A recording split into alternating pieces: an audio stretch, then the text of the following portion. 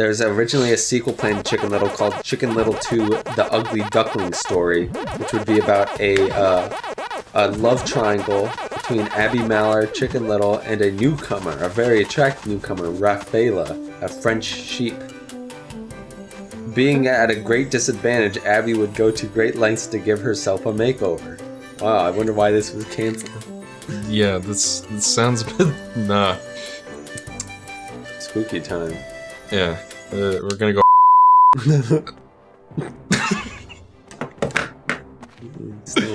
Still in that Louisiana frame of mind. That's what Louisiana does to you. It does Bernardus and Vikings funeral.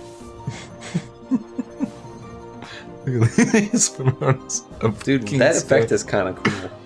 It's just a bunch of sparkles, but... Whoa! Yeah, apparently Spooky was white this whole time. He's been whitewashed. Yeah.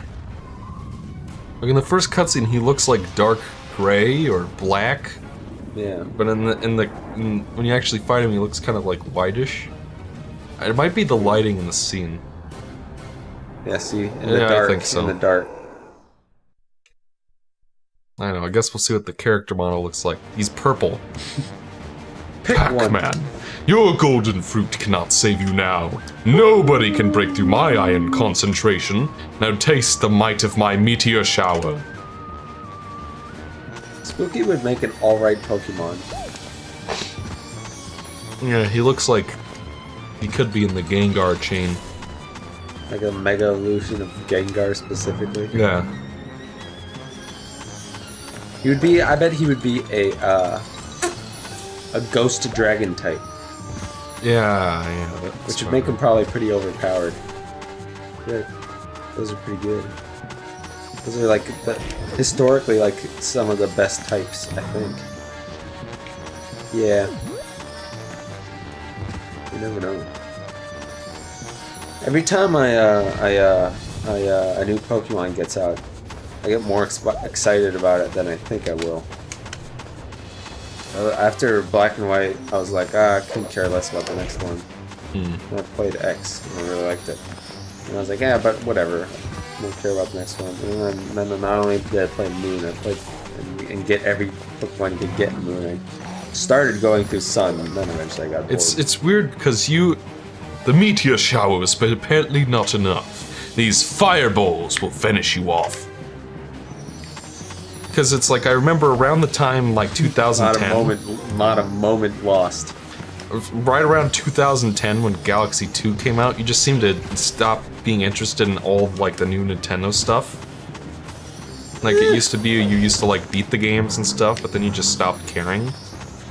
I thought Galaxy 2 was boring, and I know that you and many other people think it's not only better than Galaxy, but, like, one of the best games to come out in recent times, but I thought it was kind of boring.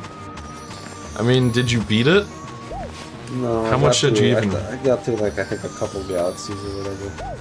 So, like, a couple levels? No, more than that, but not much more than that. Well, and that would explain it. So, it's okay, because, but only the first, fucking 15% of the game is boring as sin. I didn't think any of the game was boring as sin. Well, that's what I'm saying, is if I thought that much was boring, you know, what's gonna change my mind? I don't know, it's just kind of like, maybe it would have changed, because it probably gets more challenging later on, but it just kind of felt like busy work, without like being too difficult or engaging, but then again, it could just be the first few levels, I don't know. Jesus Christ. These Spookies putting up a fight. That's but very the point I was making is that you seem to stop caring about every Nintendo franchise, and I was kind of like, except for Pokemon apparently, and Pokemon's the one franchise that I don't care about anymore, and I have no interest in. It's like a weird reversal, or inversion. I think the thing about Pokemon is cool because there's like I think the thing that gets me going back and playing it consistently is because each time you get to, like, you know, pick your party and, like, kind of min-max, or at least pick ones you think are cool and stuff. So it's like every time you go and play it, you got different Packermans. That's kind of fun. Oi. I like to min-max shit, even though I'm pretty casual. Min-max means, like, rather than, it just means, like, make sure everything's ideal, kind of. I don't know how to explain it very concisely. Or well at all, especially as I'm tired. Let's go back to talking about He Who Shall Not Be Named, shall we? Right. Although I think we might have that well has not only run dry. It ran dry a while ago. Exactly. Michael, if you get another game over, you get the buzzer. The buzzer. What does that fucking mean? It's a reference to Red Letter Media, if you can believe it. Okay, yes, I can believe it. Quite easily, in fact. There's like an episode where they had like a Wheel of the Worst. And one of the tapes on it was called How to Seduce Women Through Hypnosis. And they made a bet that whoever brought up rape first got the buzzer, quote unquote. Who did it? Who was first? Mike. The same guy who proposed the contest. Okay, so I think Mike is the only one that I, like, know kind of well. He's the kind of guy with the sort of, like, grayish black hair, right? Yeah. He's funny. That guy's funny. Oh yeah, he's hysterical. I think he's to my comedic stylings as like someone like Psychic Pebbles is to you. Like in terms of a confluence of comedic influences, so to speak. Listen, I still think that's an extremely concise and accurate way. No, I use that all the time because it is true. Yeah. That's my theory. That's like I know there's specific rules to comedy, but I like that one the most. My comedic influence is, what you can guess. Buck Cluck? No. Enough! You will never Cluck. defeat me if you're in a daze. Say goodbye to Pac-Land, Pac-Man. I don't know what Spooky was doing the whole game. Yeah, me neither.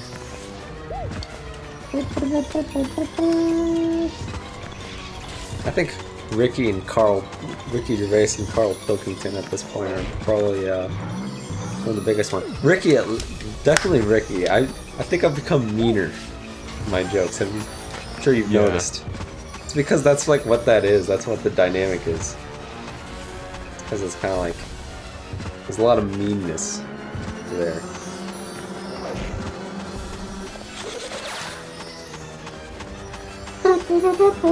Oh great! Now we got the Rams after skeletons. You and your skeletons.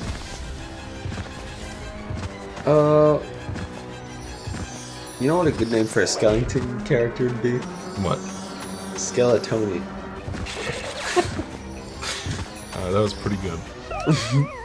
And Skeletoni would be really fat, so he'd weigh a skeleton. So what? He'd be big boned?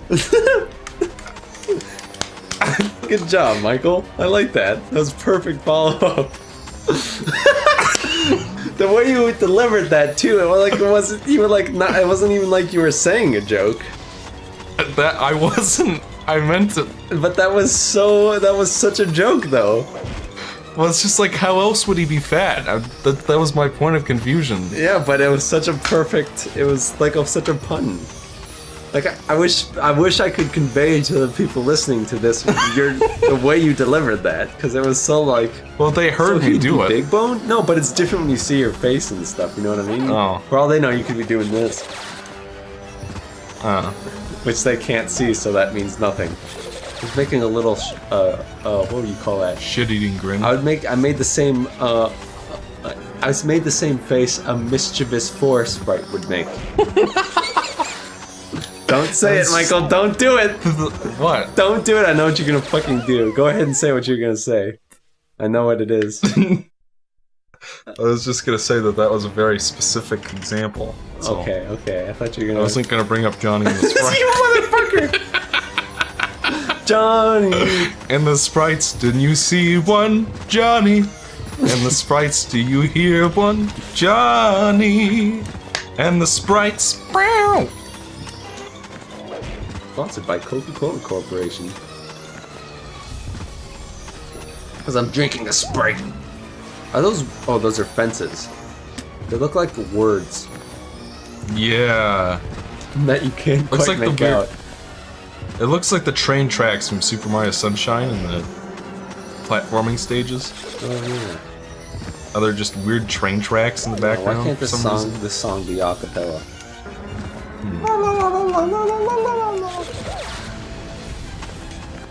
What are...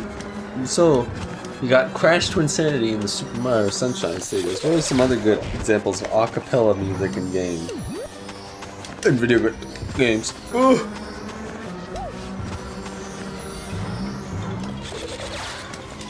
Are you thinking? Yeah. Can't tell. I suppose you're probably trying not to die, considering this is final boss. See that? It's like 30 frames of Pac Man upside down.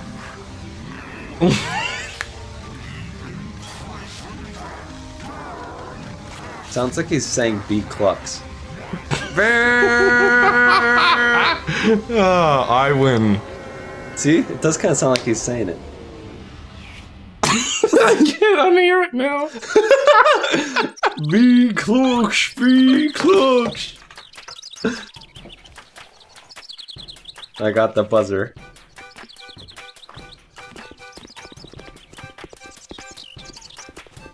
Oh, this game makes me feel like 80,000 bucks.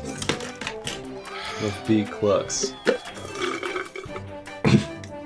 You're just trying to fit as much in before the curtain closes, huh? Yeah. Did he say that we'd free him again? I didn't know they fucking talked. Because they don't talk at the beginning of the game, do they? No. Let's get out of here! It's so fucking weird. The dog looks different than he did in the last game. Pack people. Oh! That's pretty gruesome. Why was his nose blue? I guess he had a little bit more of the cloth on his face. Yes, it looked more like a graphical error.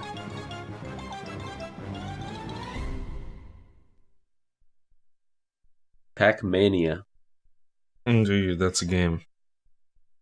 Fucking kind of a shitty game. Because you get through the first few levels, which are great, and all of a sudden it's like terrible.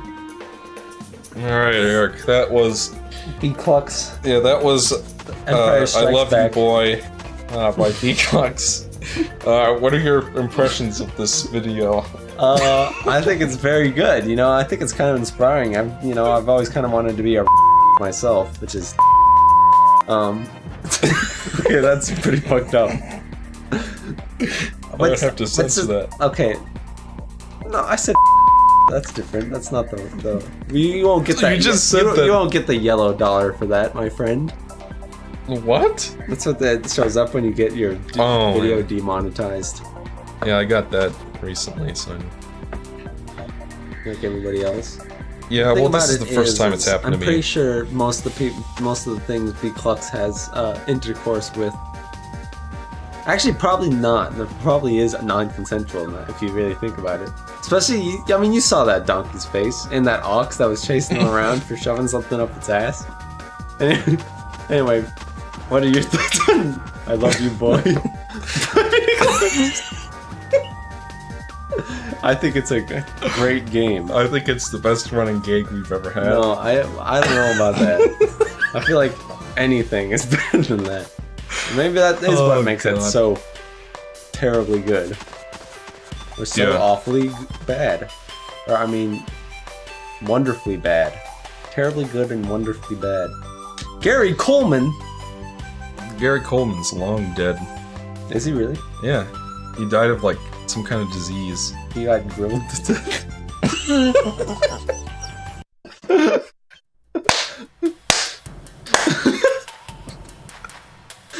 What a way to go. Holy shit! Then you're making fucking... Okay, go for it. It's supposed to be like Pac Man. It's a reference to Drake and Josh because Gary Coleman showed up and he had the grills. It was supposed to be like the George Foreman grills. Instead of that, it was the Gary Coleman grills. Yeah. Gary Coleman. Alright, yeah, go for it. Thank you for explaining. So what do you think of I Love You Boy by B Klutz? no, I don't really have much thoughts on that, but I do have thoughts on Pac Man World 2. Yeah, I bet B Klutz has thoughts. Yeah, this game's really fun. I really like it. It holds up. I had more fun with this, just doing this little run for Game Mavericks than I did like the last time I played it just to grab footage. I wonder why. know. Because he couldn't stop thinking about the best video of all time. Right up to the end, we won't stop talking about it. Right up to the end. By we, I mostly mean, oh look, we've only clipped the audio like 3 times that session. Each one of us, you fucking cackling your head off. Well, that's what it always is. Anyway. Yeah, I guess. But yeah, I really Pac Man World 2 is a great game. Go check it out. Yeah, it's good. It's good. It's good for your bones. Yeah, probably. I don't know. It's just a fun little 3D platform, and I think that big boned. I think it's a lot more interesting and engaging than Pac Man World 1 was. Pac-Man. Because they don't have nearly as much backtracking shit in this game if you're going for 100%. So yeah, I don't know. I guess it's I'd have to actually review the game to say anything more than that, but I think it's better than the first one. I would recommend it. So go check it out. It's better than Skyrim. It is better than Mario Brothers, all of them. It is better than Legend of Zelda. It is worse than I Love You Boy by B Klutz. So on that note, B Klutz.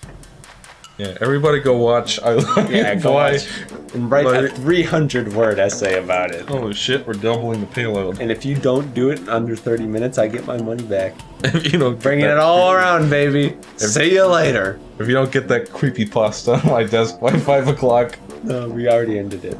Cut that out. That wasn't funny. You suck. Oh, B Klutz. Of all the running gigs. Of all the things. Dude, that was like 5 straight hours of referencing B Klutz. You can't make that shit up.